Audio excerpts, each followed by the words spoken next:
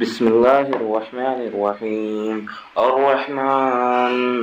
علم القرآن خلق الإنسان علمه البيان. الشمس والقمر بحسبان والنجم والشجر يسجدان والسماء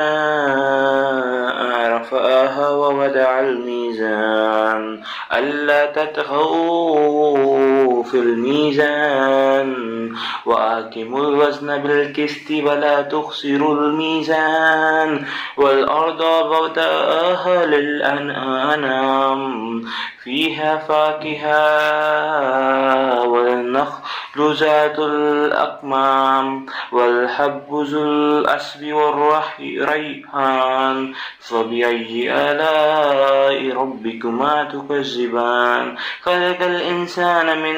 صلصال كالفخار وخلق الجان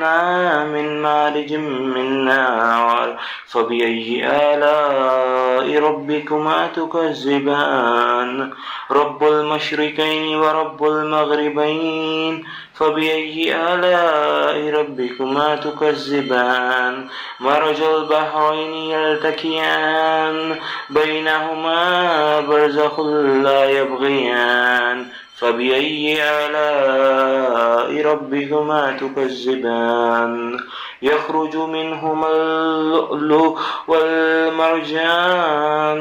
فبأي آلاء ربكما تكذبان وله الجوار المنشآت في البحر كالأعلام فبأي آلاء ربكما تكذبان كل من عليها فان ويبقى وجه ربك ذو الجلال والإكرام فبأي آلاء ربكما تكذبان يسأله من في السماوات والأرض كل يوم هو في الشان فبأي آلاء ربكما تكذبان سنفرغ لكم أيها الثقلان فبأي آلاء ربكما تكذبان يا معشر الجن والإنس إن استطعتم أن تنفذوا من أقطار السماوات والأرض فانفذوا لا تنفذون إلا بسلطان فبأي آلاء ربكما تكذبان يرسل عليكما شواظ من نار ونحاس فلا تنتصران فبأي آلاء ربكما تكذبان فإذا انشقت السماء فكانت وردة كالدهان فبأي آلاء ربكما تكذبان فيومئذ لا يسأل عن ذنبه إنس ولا جان فبأي آلاء ربكما تكذبان يعرف المجرمون بسيماهم فيؤخذون بالنواصي والأقدام فبأي آلاء ربكما تكذبان هذه جهنم التي يكذب بها المجرمون يطوفون بينها وبين حميم نان فبأي آلاء ربكما تكذبان ولمن خاف مقام ربه جنتان فبأي آلاء ربكما تكذبان ذواتا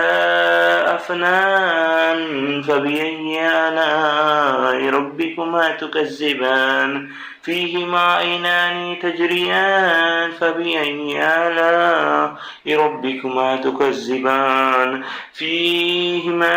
فيها من كل فاكهة زوجان فبأي آلاء ربكما تكذبان متكئين على فروش بطائنها من استبرق وجنى الجنتين ودان فبأي آلاء ربكما تكذبان فيهن كثيرات التطرف لم يطمثهن إنس قبلهم ولا جان فبأي آلاء ربكما تكذبان كأنهن الياقوت والمرجان فبأي آلاء ربكما تكذبان هل جزاء الإحسان إلا الإحسان فبأي آلاء ربكما تكذبان ومن دونها ما جنتان فبأي آلاء ربكما تكذبان مدحمتان فبأي آلاء ربكما تكذبان فيهما عينان نضاختان فبأي آلاء ربكما تكذبان فيهما فاكهة ونخل ورمان فبأي آلاء ربكما تكذبان فيهن خيرات